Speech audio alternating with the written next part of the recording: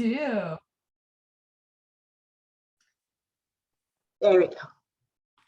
We are so excited because as the gift of being the founder of One Light Ahead, as well as the host of Addressing the Elephant in the Room, I love when we get to have amazing leaders that choose to take the time to sit on the hot seat of addressing an elephant. And today, it's been a whole journey for me to discover our amazing guests. And Miss Haley Jules did a podcast with us recently. I met Haley at a chiropractic conference. It was a whole journey of all the amazing women I get to meet, like our sponsor, Miss Lindsay Hotmeyer, who is an amazing copyright. Feel free to check out lindsayhotmeyer.com.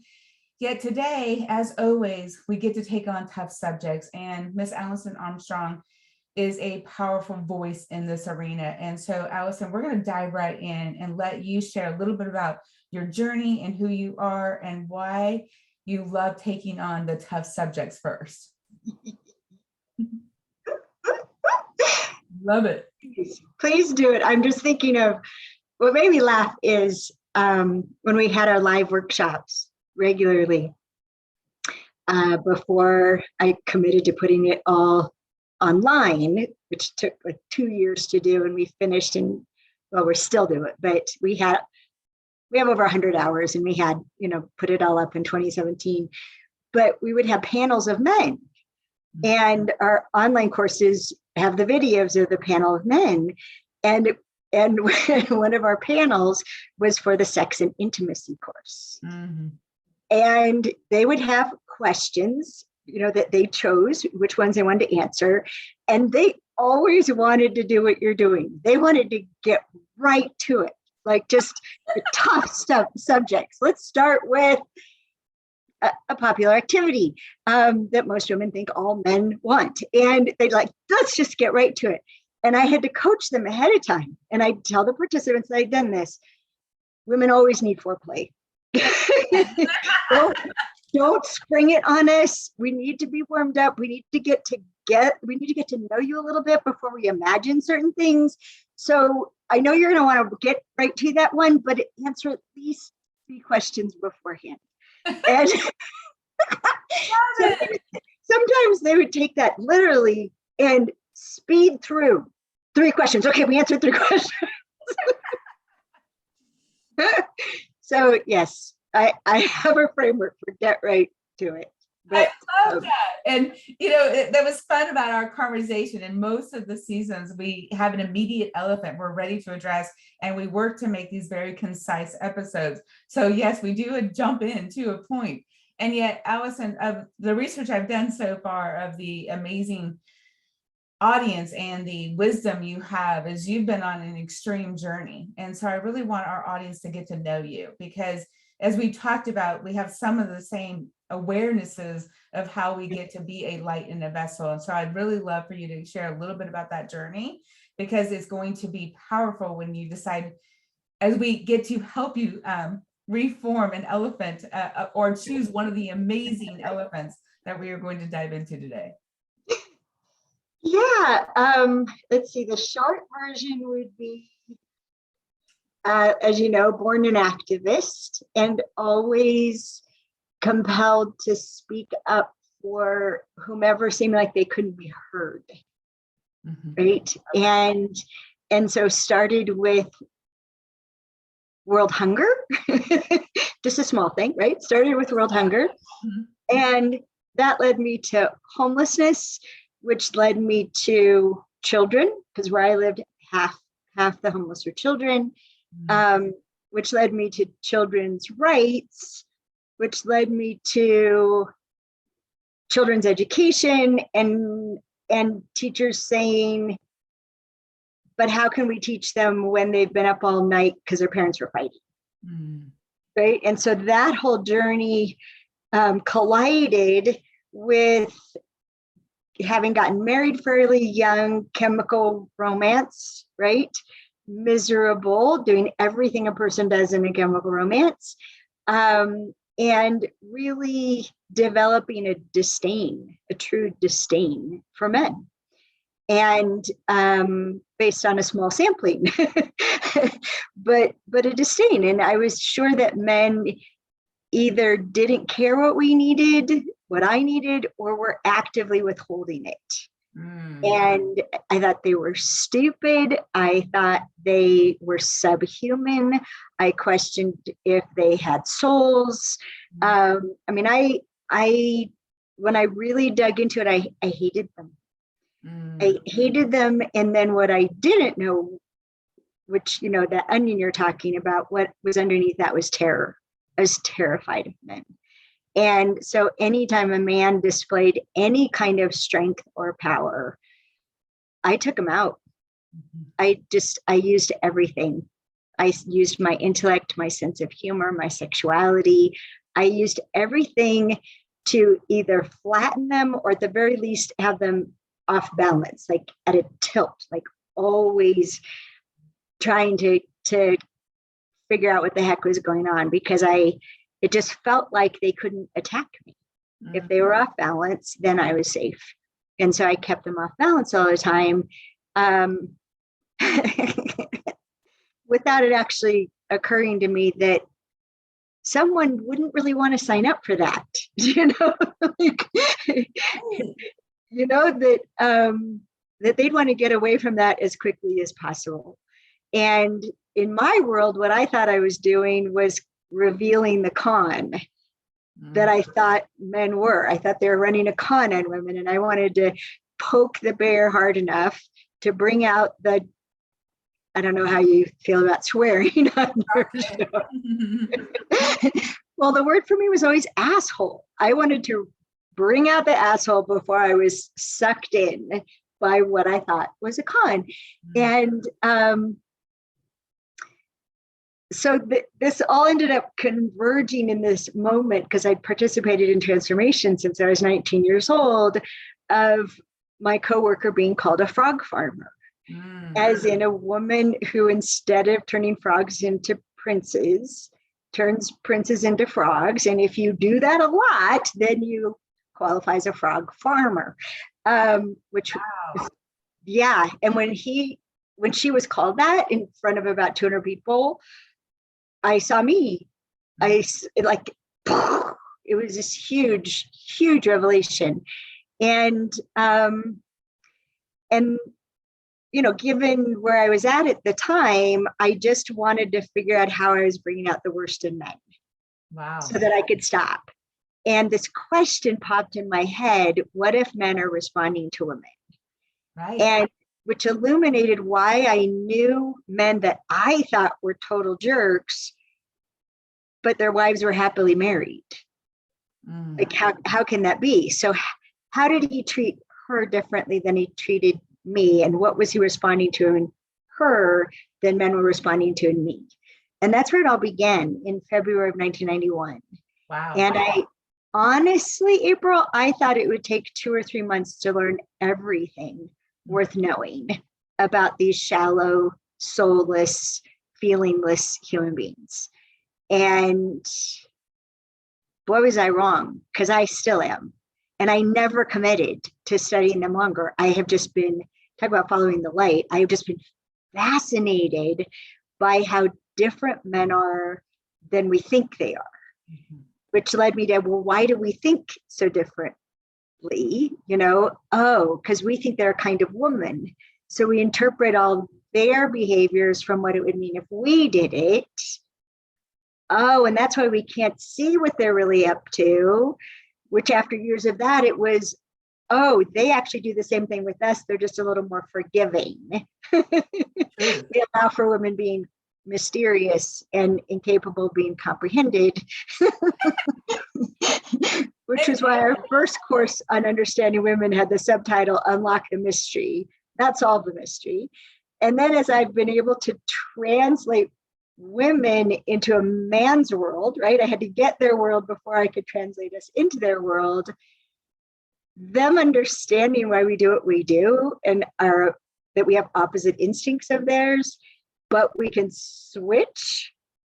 We can switch from what I call hunting mode to gathering mode, and back and forth, and someone can switch us involuntarily. And so that makes us a moving target. Which one is she now? And being able to sort all that out for them. And it's adorable. God, I love them so much, because the more they know us, the more in awe. They already think we're incredible, but as they learn even more, like, oh my gosh, you deal with that? You deal with that? And they're left with, not only are women are amazing, but we're incredibly courageous. Yes. And so, as I've studied men and taught women about men, then women get to admire men more, and men get to admire women more. And then we both get to admire ourselves more as in that exchange, which is my favorite part right now. I get to do that exchange a lot. And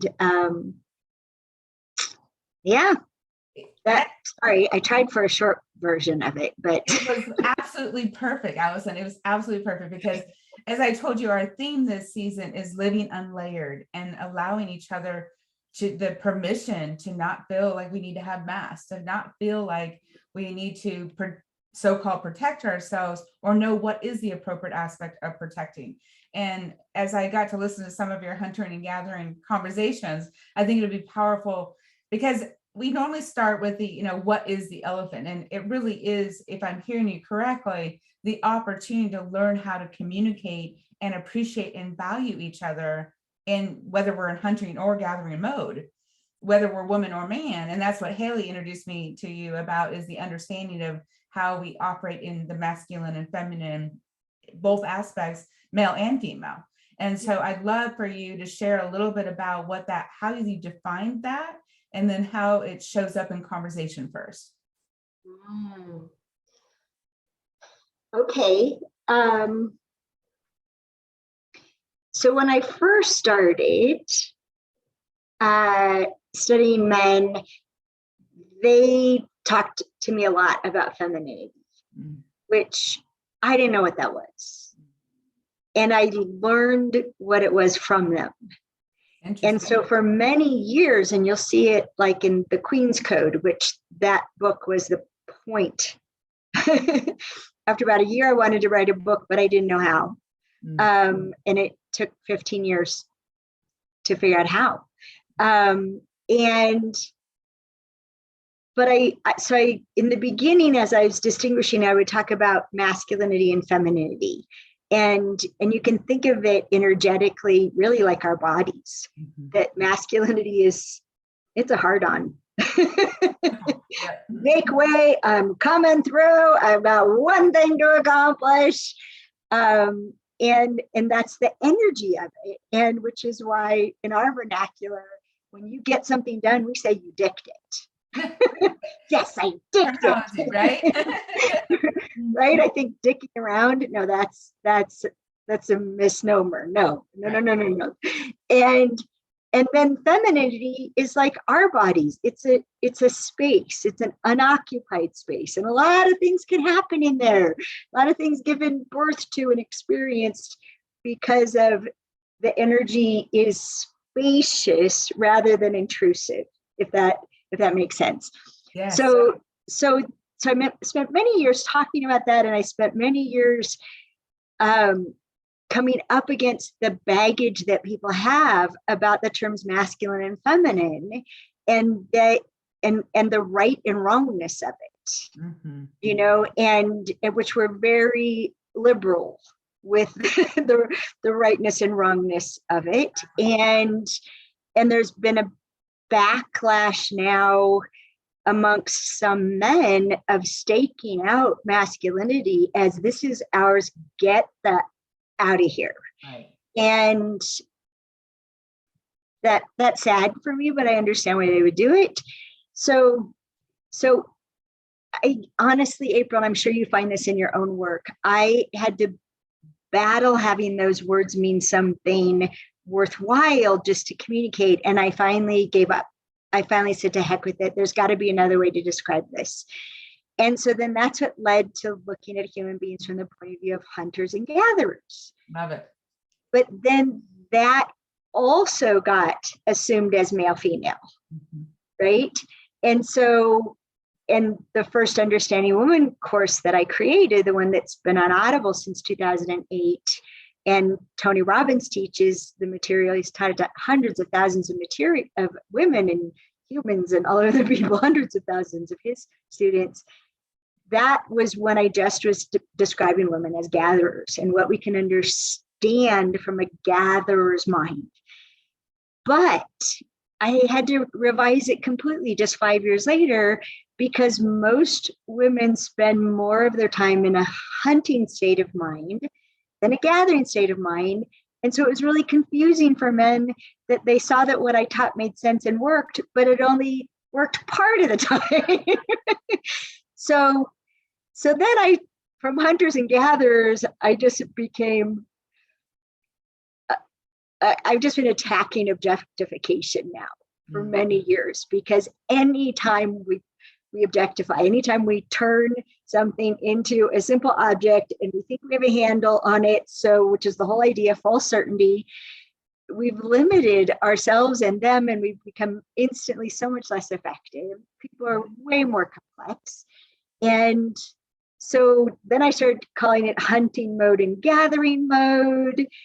And lately, like the last year or so, I speak of it more as are you in a committed state of mind or an open state of mind? And because literally that state of mind affects our perceptions, how we process information, how we make decisions, our awareness and our relationship to our feelings, our physical bodies, everything diverges at committed or open. And so that's when I'm happiest so far, 30 years later. Isn't it amazing, the revision process? When you said you had to write, when I wrote this is my first book that I just launched, and I agree, it took years to develop and to write, and I'm already in conversation about updating the version of it because there's so much you realize once it's in print, and then so much more. And thank you for taking a very long journey and simplifying it into clarity, because we are operating in a world of judgment. And when you use the word committed, I talk a lot about stories, and our tagline is unveil the stories to reach your highest potential. Totally paraphrase. The opportunity. You have the right to paraphrase yourself. Thank you. And the gift is that I also operate on that mindset is, if that story you're attached to is something you're committed to, you're going to look for all the evidence to prove that story. If you're truly open to discovering whether or not that evidence is real, whether or not there is some other perspectives, and there's opportunity to discover what it looks like to see other perspectives, and even for ourselves, when we get in that very narrow focus, it is and you talk about your own journey of how you discovered how to appreciate your own perspectives and how to reframe them. So I love that concept from going from male to female to hunting and gathering to committed or open has been a revolving and evolving process, right? It has, and every time the new possibilities come out of it, as you know. And if I may, just one author to another, one messenger to another. Yes. I was going to rewrite the Queen's Code, and I realized that no, don't. The Queen's Code speaks in a language that many people still need to hear. Masculinity and femininity is a new phenomenon to many men and women, and they need those words, and it helps them and it transforms it. And so instead, I finally did the audio recording of the Queen's Code 10 years after publishing it. And I realized that in the sequel, which I've always known there was one, just like there's a prequel, that Claudia, and Karen and Kimberly, that they'll get to evolve the conversation as they're confronting the people that they're teaching, right? It's fiction. So they'll get to update the conversation just as I've gotten to update the conversation. And you don't have to go back and change it. your book has its own integrity, right? Let it live and let you evolve. And it doesn't have to evolve. It was meant to capture it. Is that, I don't know if that helps at all, but otherwise I would spend all my life revising everything. And instead what I did is, like, the curriculum we published it all in 2017, at least what existed then. Now there's much more. But what I do to keep that onion, if you will, yes, I interact with the people who are in the curriculum all the time. So like 10, 12 hours a month. So I get to update them by this live interaction instead of trying to go back and change a fixed thing. I love that. And that is a perfect connection in regards to that journey you've been on, because when we address an elephant such as a conversation, never mind a written word, right? Thank you for that wise input. You also have shared that through your own journey of recognizing that taking on a huge elephant, like the conversation about what's it look like to appreciate our own. And you talk about it in another video I listened to about the difference of the individuality compared to the overarching connection. And would you be able to say a little bit more about that in regards to how we have a tendency to look at one aspect to a multitude of aspects? Well, if I know what you're talking about, and correct me if I go off the wrong track, one of the ways that I help people is through partnership. I want to get on their team, right? So I always want to know what they want from me or what they're up to. And then I don't know how it happens, but I usually very quickly can see what is between where they are now and where they want to be. Exactly. And sometimes it's just something missing. Like there's like a perspective, point of view, piece of information, skill that's missing. And sometimes it's something that's stuck, planted, right in the middle that needs to be removed. And one of the biggest things that people get stuck by is the very human response to not having in their life what they want, or not having the reaction from another person that they want, is what is it about me? And which is a version of what's wrong with me, right? Or how am I that this isn't working? And so it's personal, taking everything personal. This is because I'm a Libra, a firstborn, an Italian American, whatever it is. They'll make up all that stuff. The only thing true in that about me is I'm a Libra. And or it's because of how I was damaged by the divorce, the abandonment of a parent, the abuse of a this, of a that has damaged me. And so I will forever react this way, right? We believe in persistence, which, near as I can tell, no, you got to nurture anything you want to keep. Right? and so we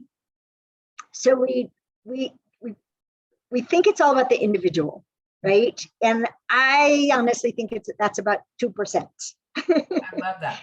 And then we'll think it's about, all these types that we think we are, right? And then we'll think it's because culture, ethnicity, I was shaped this way. Not so much. Culture can only shape us because it hooks us into our instincts, right? And so if you were to go the other way, there are human instincts, and then there's male and female expressions of human instinct, because testosterone and estrogen really does shape the brain and reshape the brain as we go on. So it's a much bigger percentage of this happens because I'm human. Yes. And then this happens because I'm a human girl who can still breed. Or I'm a human man who can always breed, right? Or right. And then of course all these other things happen, because not only that, we have two nervous systems, right? So we have this sympathetic and the parasympathetic nervous systems. We have the lizard brain, which is always a split second in front of the prefrontal cortex. So we have, one of the things I've been paying attention to is, this is so funny, I didn't know we were going to go here, but that everything has an existence in human instinct and human spirit. Right. And so what I've broken it down to, which helps a lot to understand one's own behavior, and especially what has us almost feel like we're different people or someone else is a different person, is a hierarchy of procreate, then protect, then provide. Interesting. And the then is very important, because procreate trumps protect. That's why you have to teach safe sex. Right. Safe is protect, sex is procreate, right? So, and all kinds of building, right? You moved to Texas to build, and procreate is its own energy and intensity, and it's the life of the whole planet, probably the universe. Yes, and it trumps protect. So this is how we'll gamble, we'll mortgage the house for what we've got to create, what we've got to build, right? And the energy of procreate, right? Very high energy. Protect is the opposite. It's like lead. It's like lead. And so here you have someone, so happy we're going to have a baby, and then they have a baby, and now they're all organized around protecting the baby. And so the excitement that this couple may have about, we're having a baby. No, you're doing that wrong. Like, boom, right now we're protecting the baby from the baby's father, from the baby's mother, from the baby's siblings, and then we're protecting the baby from itself, right? As it gets older, we got to fix this character flaw, or our son's going to fail. And, so as children, we grow up with, I'm wrong. My parents have told me I'm wrong since I was, since they've been trying to protect me from myself. We have a webinar called Empowered Parenting, which is all about unraveling this. And then protect trumps provide. Right. So if ever you have a woman afraid, right, for anything, if you have a man afraid for anything, we're in protect. Right. When we all wish everybody was in provide. Yes. Right. And so that's why, for example, emasculating men takes a provider, flips him back into protecting himself. And that's where the asshole shows up. I've gone from the provider to the warrior, and not only the warrior who would gladly protect me, he's now protecting himself from me, and it all breaks down. And so much of our communication is heard by men as an attack or an accusation. And we don't know it because, for example, criticism causes women to change their behavior. So it seems like a really good way to communicate. Okay, I'm going to stop myself. I love that. There's so many things you said. I love, you just have so much. It's obvious you've been on a journey to really get clear on all the different perceptions. And there's so many things that people have the opportunity to go find and discover and be purposeful in learning. And I love the webinar in Empowering Parenting, because I immediately thought of a couple of different individuals that are going to want to be purposeful about learning about that. They're getting ready to deliver a baby, and they are vessels, and there's going to be so many opportunities there. So anyone listening, first of all, Alison, how do they find all the information? I want to wrap this up with one more question yet. How do they get in contact with you? How do they discover all this fun material you have spent years gathering? Yes, and if there's one thing, since you unlayer that onion, I would like to tell you a bookend from Please. what I first was learning and what I'm exploring now, but we'll go with yours first.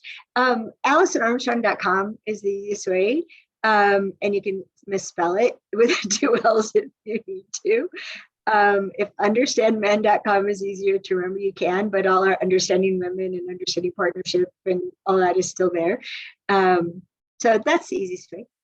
That is perfect. And I'd love for you to share that bookend and clarify where you are now. And then I'd like you to contemplate how it might lead into, I'll ask you again, if you were anyone listening to all of the digesting information you've shared today, what would be one bite, one thing, one thought that they could really own today in the next 24 hours, if you will, to say, this is how I want to understand myself and others better, and get clear about the terminology you downloaded to us today?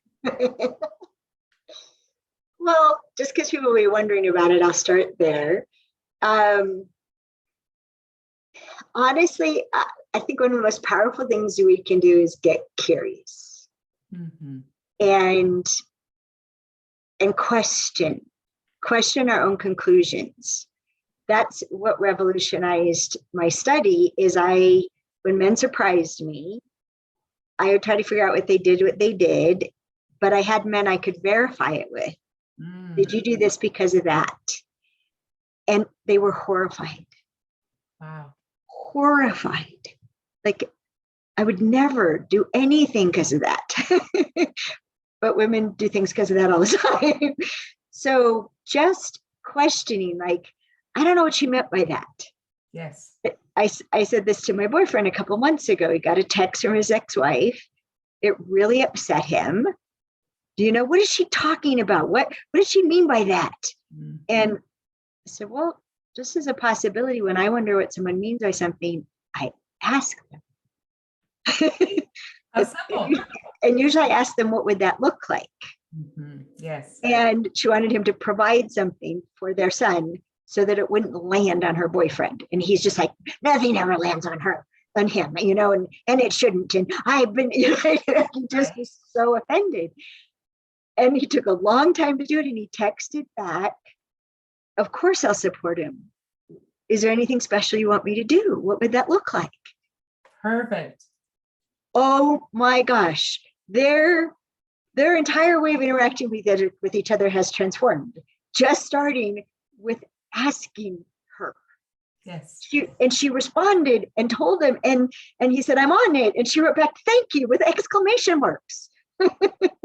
And yeah, so just clarify and verify. I'm confused by this. Will you help me clarify it? Or there's something you said about me that isn't accurate. So would you allow me to clarify that comment, or clarify why I do what I do, right? Or I think you do this for a reason. Can I verify that or find out a different one? And so all this, like, curiosity comes from the Greek word that means to care. Mm-hmm.